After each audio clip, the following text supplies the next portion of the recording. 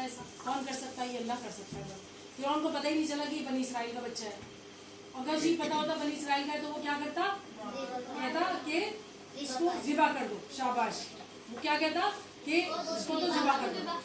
उसको डर था ना कि ये तो बादशाह बन जाएगा। अब उन्होंने क्या किया, मूसा अलैहिस्सलाम उसी महल में पलने लगे। उसमें फिरौन आया एक दिन, वो कहा कि भाई तुम तो इसे पाल रही हो और ये बनी इसराइल का हुआ तो हज़रत आसिया बोली कि आपको कैसे पता? हमारे पास क्या सबूत है कि हज़रत ये बनी इसराइल का ही बच्चा है? क्या पता कौन से कबीले से कौन से आए हैं? आप शक करके कैसे इसको ज़िबा कर सकते हैं?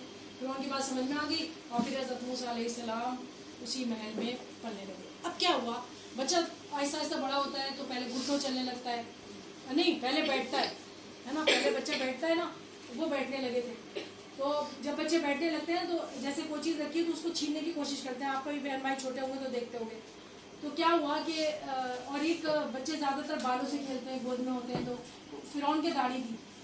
तो एक दिन मूसा अलैहिस्सलाम को खिला रहा था फिरौन, घर में वो पल रहे थे तो वो खेलने लगा। फिरौन आया महल के अंदर और उनसे खेलने लगा। जब वो खेल रहा था फिरौन मूसा अलैहिस्सलाम से, तो मूसा अलैहिस्सलाम बच्चे थे, छोटे से थे, उन्होंने क्या किया, उसकी दाढ़ी पकड़ ली खेल में। तो मासूम थे, बहुत छोटे से थे, गोद में थे, तो उन्होंने दाढ़ी को पकड़ लिया। उसको तो बड़ा गुस्सा आया फिरौन को। उसने कहा कि बुलाओ, महल को लगाओ, दरबार लगाओ, सारे लोगों को जमा किया और हज़रत आसिया को भी बुलाया।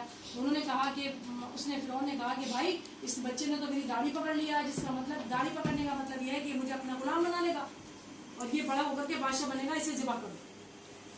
अब हज़रत आसिया बड़ी परेशानी, उन्हें तो मोहब्बत हो गई थी। उन्होंने कहा अब क्या करूँ मैं, ये तो ज़िबा करवा देगा।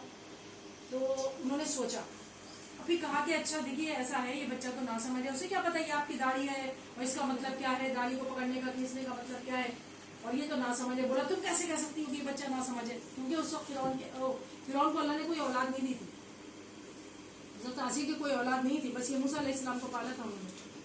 अब बड़ा परेशान हुआ आसिया की, तो ज़िबा करा देगा फिरौन को। उन्होंने कहा अच्छा ऐसा है, एक प्लेट में आग अंगारे लेकर आओ।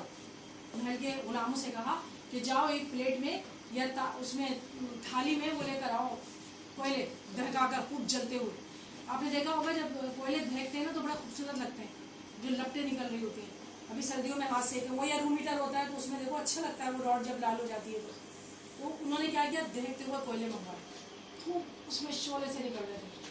उसको रखा मूसा अलैहिस्सलाम के आगे और एक प्लेट में हीरे जवाहरात और सोना मंगवाया। यानी हज़रत आसिया ने ये कहा कि देखो बच्चे को तो पता ही नहीं होता, उसे तो जो चीज़ अच्छी लगती है वो पकड़ लेता है वो।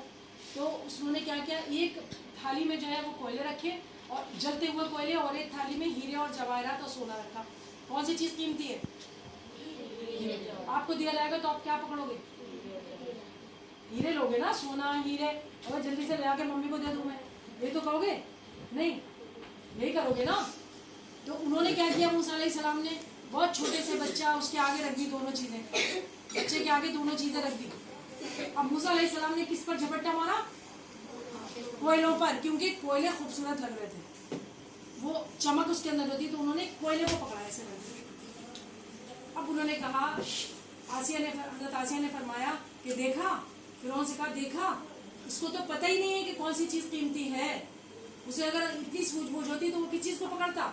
हीरे जवाहरात को लेता ना, क्योंकि वो फायदे की चीज़ है। इसको तो इतनी समझ ही नहीं है अभी, उसे तो जो चीज़ अच्छी लगी उसने पकड़ लिया। तब फिर उनकी समझ में आया और उसने मूसा अलैहिस्सलाम को छोड़ दिया। अब मूसा अलैहिस्सलाम उसी महल में पलने लगे।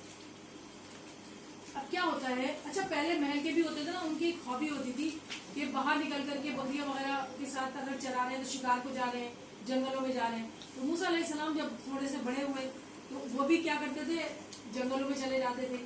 तो एक दिन वो उनके पास एक छड़ी होती थी, वो छड़ी लेकर के कहीं जंगल में थे और बकरियों को तो एक शौक होता था और बड़े फख्र की बात होती थी, जितना जो मालदार होते थे उनके पास उतनी बकरियां होती थी, उतने जानवर होते थे। तो क्या हुआ, आप जा रहे थे रास्ते